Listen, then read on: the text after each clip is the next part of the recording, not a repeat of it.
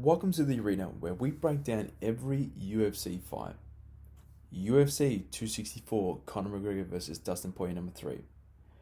Now, if we look at the last fight between these two guys, we all know that Connor McGregor is well known for his boxing stance, fast pace, and chances are he probably lasts 2 to 3 rounds. On the other hand, Dustin is also known for his boxing stance, but coming into that last fight, he looked a bit nervous at the start. Connor was able to keep the pace, close the distance, and he was landing some good shots to Dustin. But what was interesting about that, if you look at round 2, how Dustin changed his plan and started landing some low kicks to Connor, but Connor being Connor, continued to pursue Dustin, not checking those leg kicks, which in the end threw him off his leading leg and not being able to throw any more punches. The end result for Connor from that particular fight was that he suffered a right tibular and fibula injury. Now, the best way to understand this injury is if you've got your bone, your shin bone, which is your tibula, and the fibula is slightly back, which is another bone. Okay? So when Dustin was kicking from his right foot into Connor, he was impacting the side of those muscles. Right? And if you don't understand this particular injury, is that if there's too much damage over a period of time, one, it swells up and a lot of the blood starts to sit there and it swells up, which is why you would have seen in photos for Conor McGregor. But they also say that when there's too much damage being taken to that one particular area, there can be cracks, there can be weakness. So over time, coming into this fight, we all have to remember as spectators and people who may bet on this is that Conor McGregor has taken some damage to his right tibula and fibula, which means it might be a problem for him in this fight. Now, if we look at Dustin, we got to remember where Dustin's been. Dustin's been consistent. He's fought for many months now, even years, and he's got a reputation that he holds. Where with Connor, it's completely different. He's got a lot of wealth. He can, join a camp within 2-3 weeks of time. He doesn't need to do 3-4 months. He continues to look after himself, but it doesn't mean that he's constantly training every day. Where with Dustin, he's been in the ring. He's fought against strong opponents, and he's even overcome an injury himself. And this is where I'm going to share this injury. His injury is a torn labrum, which is on his hip. Okay. Now, this injury, he was up in the air about the whole thing, if he should need surgery or not. I believe he got a cortisone, like just a steroids, to release the pain, to give him more freedom within that hip itself. But he made the final decision to go and get the surgery done. And from that, if you look at his last previous fights, maybe 3-4 fights, he doesn't land correctly with his leg into any of the body or to the head. He's more known to have a boxing stance. He's more known to land those lower leg kicks due to this injury. Now, when you look at Dustin and the way he fights, he's always coming in, throwing a few combos with his hands, maybe a few leg kicks, and then that's it. He might do a takedown or two, then he'll come back, retreat, and he'll move to his left. It's always the left. I'm not too sure why he does this, but if you're really smart about this, and if you watch this fight closely, how Conor McGregor is known to be like Dustin, but their style is very unique in every way. Now, Conor McGregor, he has great stance, great speed. He's able to get in, get out, and pursue that attack again. Where with Dustin, he might take a few blows, look a little bit dazed, come back, and retreat to the left. Now, overall, when I look at this rematch between these two guys, it's been said that Conor McGregor does not want any media. And that itself is a big question mark. Why? Why does he not want to share any information about his camp that he's doing currently leading up to this fight? Where with Dustin, he's doing a lot of interviews, he's speaking to people about his plan, and his game plan is pretty much he's going to be on the defensive. Why though? Because you know why Dustin is going to be more on the defense side? Is because he knows Conor McGregor is going to come in once again.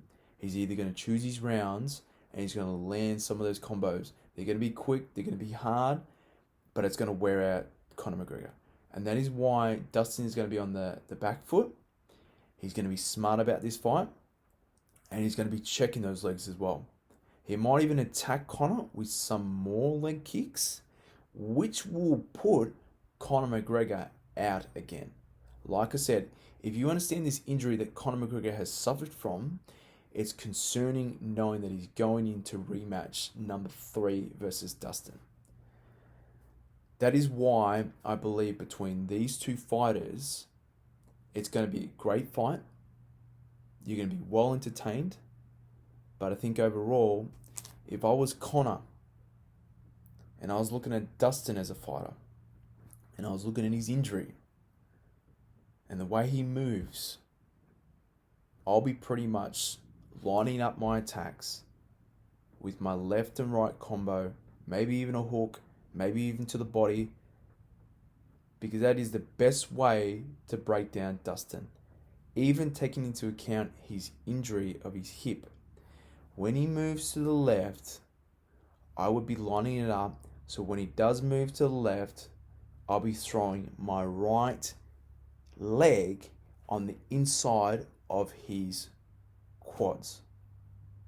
That is the best way to dismantle a person based on this information and the injury that he has as a fighter.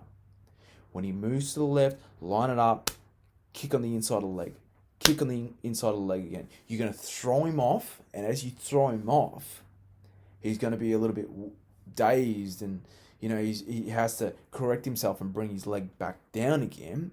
But that gives you an opportunity. Once you land that kick, bang, throw a few combos. Throw that left, throw that right, overhook. You might be able to catch him, or you might, over a period of time, depending on the rounds and when you land these kicks, you might be able to stop him right then with his legs. On the inside of your legs, when you take too many kicks, trust me, it is like pins and needles constantly running through your leg, and you will not be able to stand. Prime example, what happened to Conor McGregor when Dustin was landing those right legs straight to that tibia and fibula area. It's like tissue. It's soft. It's valuable there. Like once you start chopping down that, trust me, mate, you will not last. It starts to swell up within seconds. It starts to swell and red. And like I said, over a period of time, if you take too much damage, that area, it becomes fragile, becomes weak. There is cracks. But if I was Dustin and looking at Conor's situation and his injury, what I'll be doing is what Dustin said, and that is be on the defensive side, wait for Conor McGregor to come in. He's got a wide stance. I'll be chopping at that leg again. I'll be causing so much damage to him. I literally would be. But I wouldn't be surprised if Conor starts taking this fight to the ground. And the only reason why I say that is because I think on the ground, when you look at Dustin as a fighter, he's been submitted by Khabib. He's not the greatest wrestler.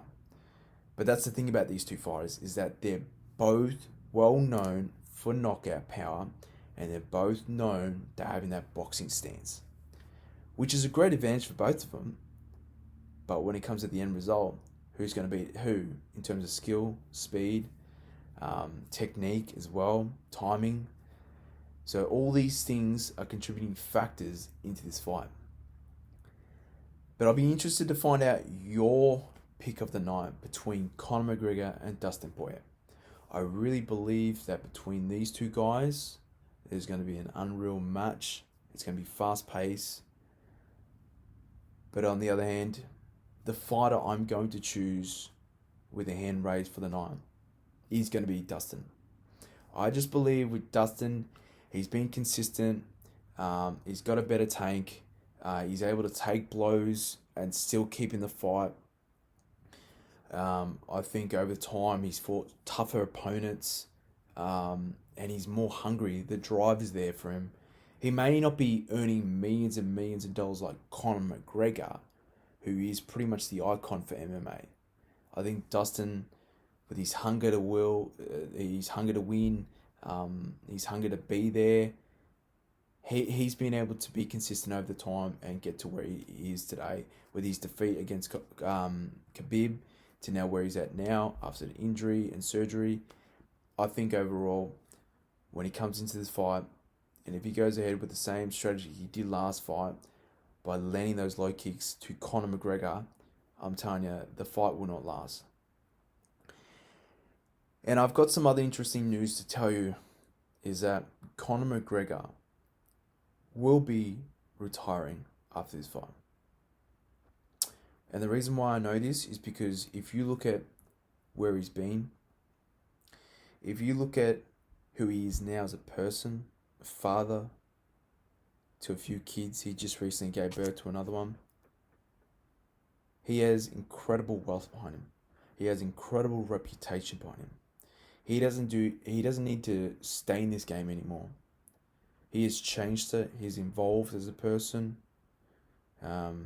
He stands out amongst the rest, and he will go down in history for sure. I know that. But after this fight, after he loses to Dustin Poirier, he will retire. But guys, that is my breakdown of this fight. I would love to hear what you guys personally think in the comments down below. If you have enjoyed this video, and if you enjoyed this breakdown of this main event of UFC 264 versus Conor McGregor and Dustin Poirier, I would love to get your feedback. I would love to see who you got to pick in the fight, what round, if there's going to be a knockout, submission. You guys let me know. Because at the end of the day, you guys count.